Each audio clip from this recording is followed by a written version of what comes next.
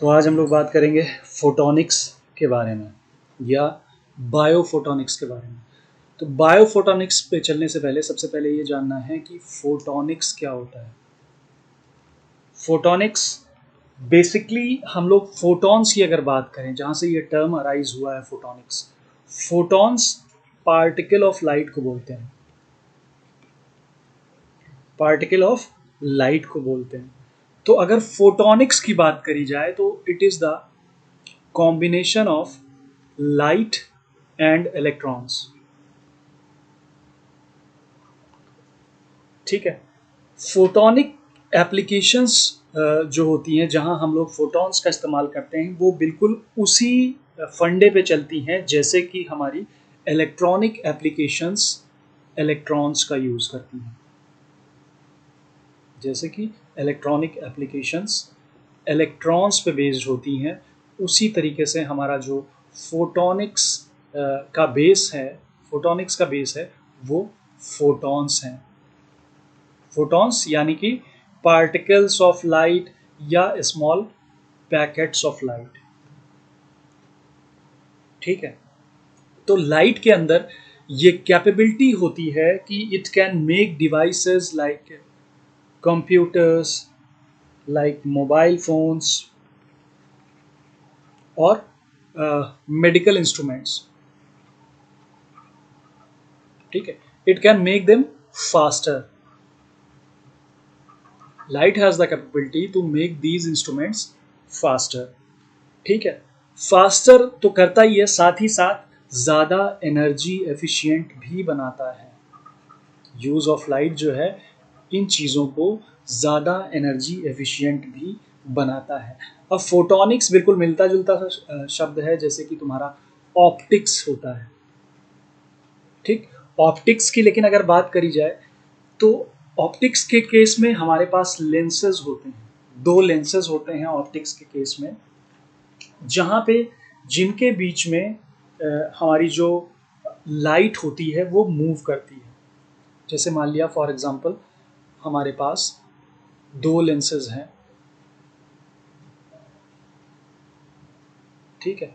इन दो लेंसेज के बीच में जब लाइट मूव करेगी इनके बीच के स्पेसेस से, तो इसको, इस पूरे फिनोमेना को हम लोग ऑप्टिक्स बोलते हैं। ठीक। लेकिन फोटोनिक्स यहाँ से अब अलग कैसे, किस तरीके से है? फोटोनिक्स अलग इस तरीके से है कि जब लाइट पार्टिकल्स किसी सॉलिड सरफेस को हिट करते हैं। ठीक है। when the light particles hit a solid surface, they are turned into electronics as well as digital signals। ठीक है। यहां पे क्या हो रहा था, दो लेंसेज के बीच में ट्रेवल हो रहा था लाइट का। यहां पे क्या हो रहा है, लाइट जाके किसी एक जो स्पेसिफिक हमारा सॉलिड सोर्स है उससे जाकर के टकराएगी और इलेक्ट्रॉनिक और डिजिटल सिग्नल्स प्रोड्यूस करेगी, जिसका हमें यूज करना होता है फोटोनिक्स में। ठीक है। जब ये जब ये इलेक्ट्रॉनिक और डिजिटल सिग्नल्स प्रोड्यूस करती है, उसके बाद हम लोग इमेजिंग कैप्चर करते हैं कि किस तरीके से लाइट का इंटरेक्शन हुआ है इस सॉलिड सरफेस से जिसकी हम लोग बात कर रहे हैं। जब इस सॉलिड सरफेस से इंटरेक्ट कर रही होगी, इसी इंटरेक्शन की इमेज हमारे पास होती है इमेजिंग टेक्निक से, जो वेरियस फॉर्म्स ऑफ डिजिटाइजर्स वगैरह यूज होते हैं जिनसे कैप्चर किए जाते हैं। ठीक है। डिजिटाइजर्स यूज होते हैं। ठीक है। या इमेजेस कैप्चर्ड और डिजिटाइज्ड। ठीक है। अब सबसे मेन रीजन क्या है फोटोनिक्स के इस्तेमाल का, कि हम लोग इलेक्ट्रॉनिक्स की जगह जो फोटोनिक्स का यूज कर रहे हैं, उसके पीछे का सबसे मेन कारण ये है कि या फ्यूचर में हमारा जो फोटोनिक्स है वो यूज किया जा सकता है। एक फ्यूचर पर्सपेक्टिव की नज़र से हम लोग देखें तो फोटोनिक्स बहुत कारगर है। क्यों? क्योंकि light haves the capability, light travels faster than electrons, sorry, than electricity. Light travels faster than electricity, so there is a big need to make the things faster, less energy consuming, smaller, as well as more cheaper. ठीक है, किस चीज के लिए? ये चीज तभी possible होगी जब हम इलेक्ट्रॉन को धीरे धीरे रिप्लेस कर देंगे अपने फोटॉन से। जब धीरे धीरे इलेक्ट्रॉन्स फोटॉन्स से रिप्लेस हो जाएंगे, इलेक्ट्रॉनिक्स जो है वो फोटोनिक्स से रिप्लेस हो जाएगी। ठीक है, अब बहुत सारे एप्लीकेशंस होते हैं, जैसे for example light emitting diodes वगैरह में, या फोटोवोल्टाइक्स वगैरह में हमारा जो फोटोनिक्स है उसका इस्तेमाल होता है। अब अभी तक तो ये बात हो गई सिंपली फोटोनिक्स की, जो एक फिजिकल टर्म है फोटोनिक्स, लेकिन हमें बात किसकी करनी है? बायोफोटोनिक्स की। ठीक, तो बेसिकली बायोफोटोनिक्स, जैसा कि तुम लोग देखो कि ये कॉम्बिनेशन है फोटोनिक्स का और बायोलॉजी का। ठीक, तो the term basically denotes the combination of photonics and biology. ठीक है, means photonics being a technique, being a field, being science and technology of generation, manipulation, detection of photons. ठीक है, that is the quantum of light. It can be used for various types of biological purposes, to study biological systems या biological purposes. उसके लिए हम लोग जो quantum of lights या photons का यूज करते हैं, ठीक है, उसको हम लोग बायोफोटोनिक्स बोलते हैं। ठीक है, तो बेसिकली जो इसका सिंपल सा सीधा सीधा अर्थ ये है कि जैसा कि अभी हमने बताया कि बायोलॉजिकल सिस्टम्स की स्टडी के लिए, जैसे तुम्हारे सेल्स हो गए, या टिश्यूज हो गए, या मॉलिक्यूल्स हो गए, इनकी स्टडी के लिए हम लोग फोटोनिक्स का इस्तेमाल जब करते हैं, तो ये टर्म ओवरऑल, ये फील्ड जो है ये बायोफोटोनिक्स का कहलाती है। ठीक है, बायोफोटोनिक्स का सबसे ज़्यादा जो मेजर आउटकम है, मेजर एडवांटेज है, ये क्या, कि जिस चीज़ का वो स्पेसिमेन जिसको हम लोग को देखना है, जिसको हम लोग को जिसके बारे में स्टडी करना है, ये उसकी इंटीग्रिटी को मेंटेन रखती है। फोटॉन्स डैमेज नहीं करते उन टिश्यूज़ को, उन सेल्स को डैमेज नहीं करेंगे photons, just like in case of electrons. इसी वजह से हम लोग लिविंग सेल्स वगैरह की देखते होंगे कि लिविंग सेल्स बहुत कम प्रेफर करते हैं लिविंग सेल्स के लिए कि ट्रांसमिशन इलेक्ट्रॉन माइक्रोस्कोपी कराएं।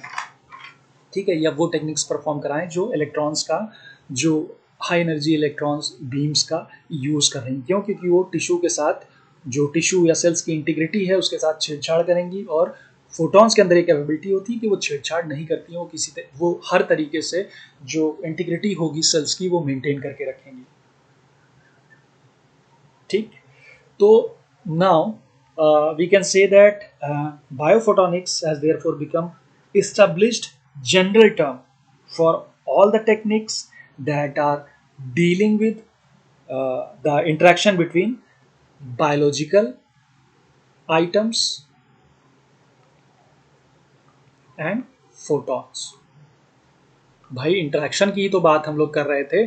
जो हमने फोटोनिक्स की बात कही थी वो यही तो बताया था कि वो जो लाइट होती है वो किसी सॉलिड सरफेस पे स्ट्राइक करती है और अल्टीमेटली हमें जो है सिग्नल प्रोवाइड करती है, इलेक्ट्रॉनिक सिग्नल्स प्रोवाइड करती है। ठीक है, जिनकी वजह से हम चीज़ों को डिटरमिन कर पाते हैं, देख पाते हैं, आइडेंटिफाई कर पाते हैं। ठीक है, तो I'm saying that it is a technology that deals with the interaction between biological sites and photons, which ultimately refers to the emission, detection, modification, and creation of validation from biomolecules such as cells, tissues, etc. ठीक है, तो some of the broad areas of applications are life science, medical science, agriculture and environmental science. ठीक है,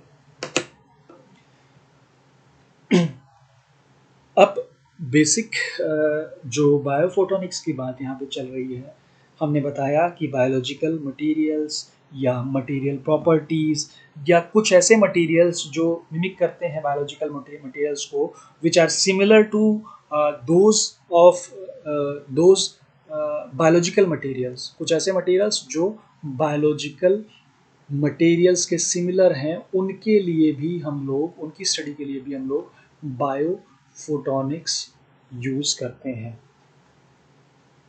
ठीक, for example scattering materials, for example different types of scattering materials.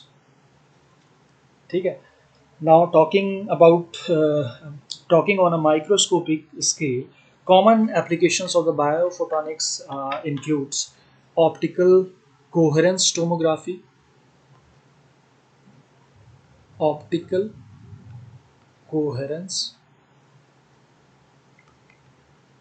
Tomography, जिसका तुम लोगों ने सुना होगा, OCT भी बोलते हैं इसको, ऑप्टिकल कोहेरेंस टोमोग्राफी। ठीक है, in case of microscopy and development,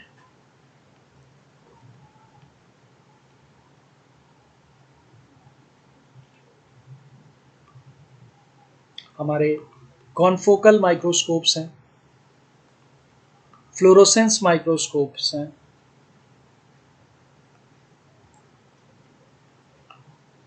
ठीक है, जो हमारे इस फील्ड को, इस पूरे फिनोमेना को, जो ये जो फील्ड है इसको यूज कर रहे हैं। ठीक है, हाईली इफेक्टिव तरीके से हमारी जो फील्ड है, जो बायोफोटोनिक्स है, उसका इस्तेमाल कर रहे हैं। ठीक, तो ये तो पूरा एक ओवरऑल टर्म हो गया बायोफोटोनिक्स। अब टेक्निक्स कौन कौन सी आती हैं बायोफोटोनिक्स वगैरह में आगे पढ़ाएंगे कि हमारा जो बेसिक इंस्ट्रूमेंट है किसी भी चीज़ की डायग्नोस्टिक्स के लिए, या जो बायोमेडिकल में हम जो different types of instruments use कर रहे हैं, जैसे तुम्हारी ऑप्टिकल कोहेरेंस टोमोग्राफी हो गई या माइक्रोस्कोप्स हो गए। ठीक है, different types of confocal as well as fluorescence microscopes, ये आगे डिस्कस करेंगे। फिलहाल ये जान लो कि बायोफोटोनिक्स होता क्या है। तो सिंपली आई होप कि समझ में आया होगा कि जो हम फोटोनिक्स फील्ड का यूज़ करते हैं to study the bio molecules या biological material such as cells, tissues. ठीक है, ये सारी चीज़ें। अब क्यों यूज़ करते हैं? क्योंकि अल्टीमेटली जो लाइट इंटरेक्ट कर रही है सॉलिड सरफेस से, हमारा चाहे वो हमारा टिश्यू हो, चाहे सेल हो, चाहे किसी भी तरीके का बायोलॉजिकल मटेरियल हो, इसी इंट्रैक्शन को हम लोग स्टडी करते हैं। अब बात करते हैं बायो मेडिकल इमेजिंग की। ठीक, तो अगर बायोमेडिकल इमेजिंग के अंदर देखा जाए तो सबसे पहली चीज हमारे दिमाग में आती है कि किस तरीके से ये काम करते हैं। नेक्स्ट इज क्यों काम करते हैं। नेक्स्ट इज इनकी लिमिटेशंस क्या है।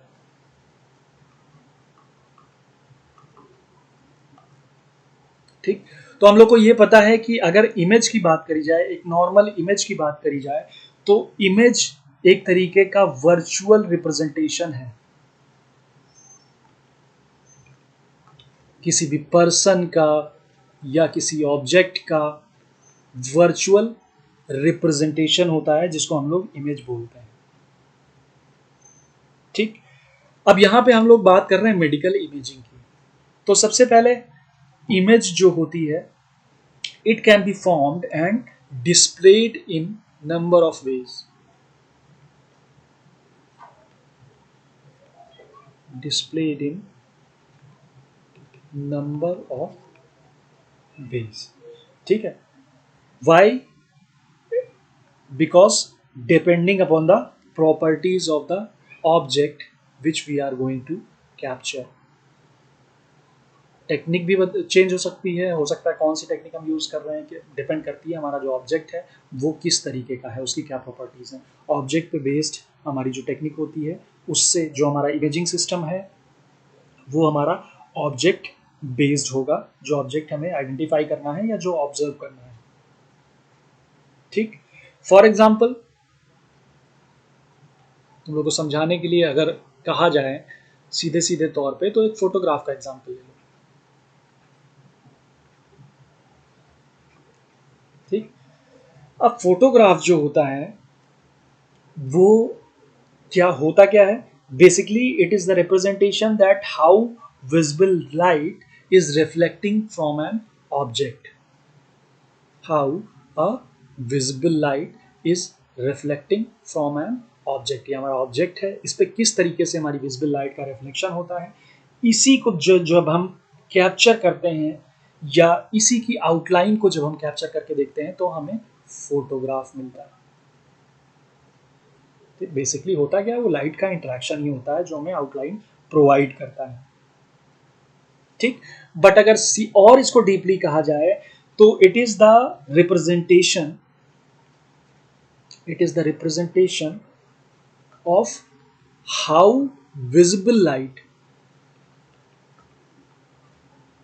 Is interacting with that object.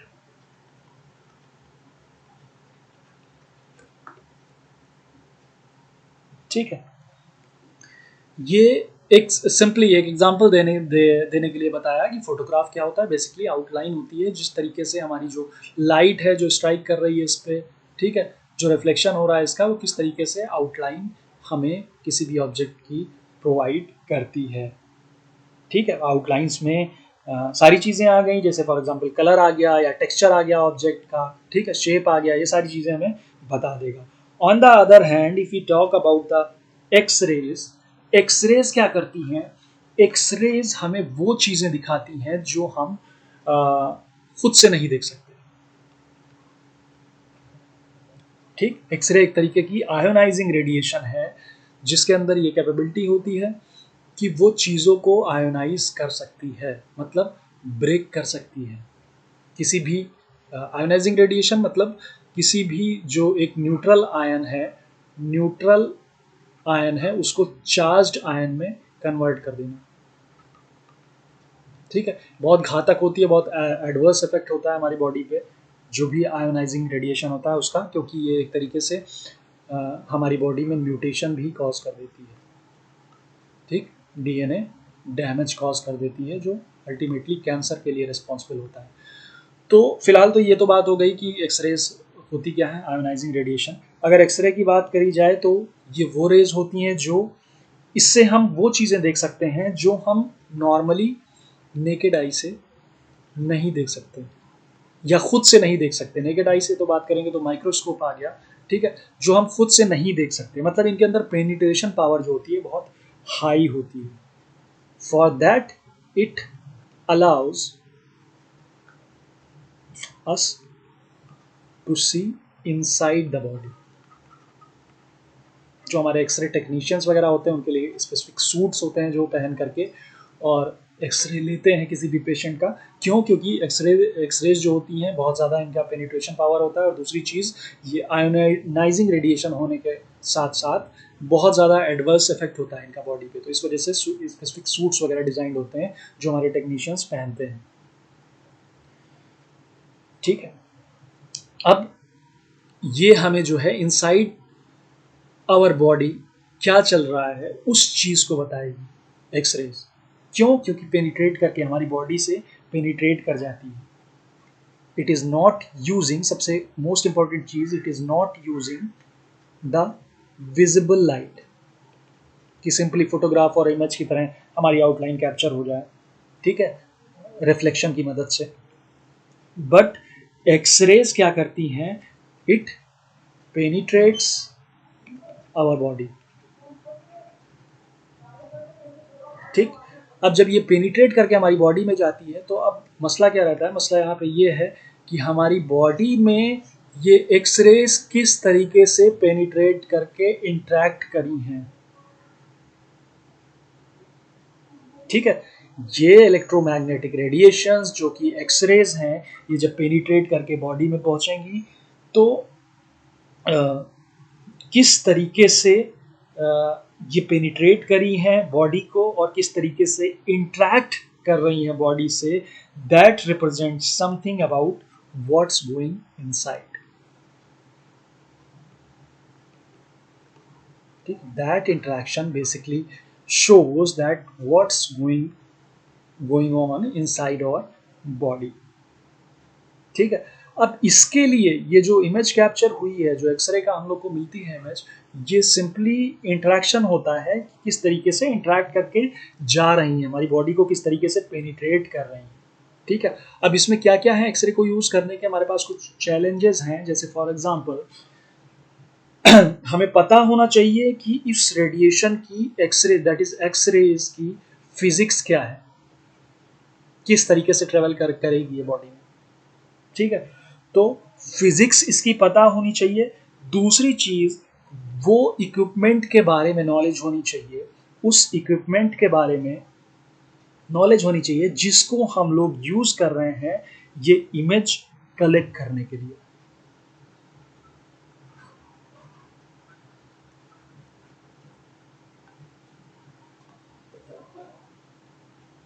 ठीक। दूसरी चीज, जो इमेज हमें मिली है वो किस तरीके से, वो क्या रिप्रेजेंट कर रही है, हम उसको किस तरीके से इंटरप्रिटेशन उसका कर सकते हैं कि हमें क्या दिखाना चाह रही है। तो ये सारे कुछ चैलेंजेस हैं कि सारी चीज़ें हमें पता होनी चाहिए। ठीक है, तो ये तो एक बेसिक ब्रीफिंग थी बायोफोटोनिक्स के बारे में और बायोमेडिकल इमेजिंग के बारे में। ठीक है, इमेजिंग, बायोमेडिकल इमेजिंग और biophotonics. Photonics, photons that is packets of light, किस तरीके से ये इंटरेक्ट करता है, जिस चीज़ को हमें ऑब्जर्व करना है उससे जो लाइट है वो किस तरीके से इंटरेक्ट कर रही है, इसी को हम लोग फोटोनिक्स बोलते हैं। और जब यही बायोलॉजिकल थिंग्स के केस में आ जाती हैं तो हम लोग बायोफोटोनिक्स बोलते हैं। बायोलॉजिकल थिंग्स के केस में मतलब कि हमारा जो स्टडी ऑफ सेल्स हैं या टिश्यूज़ हैं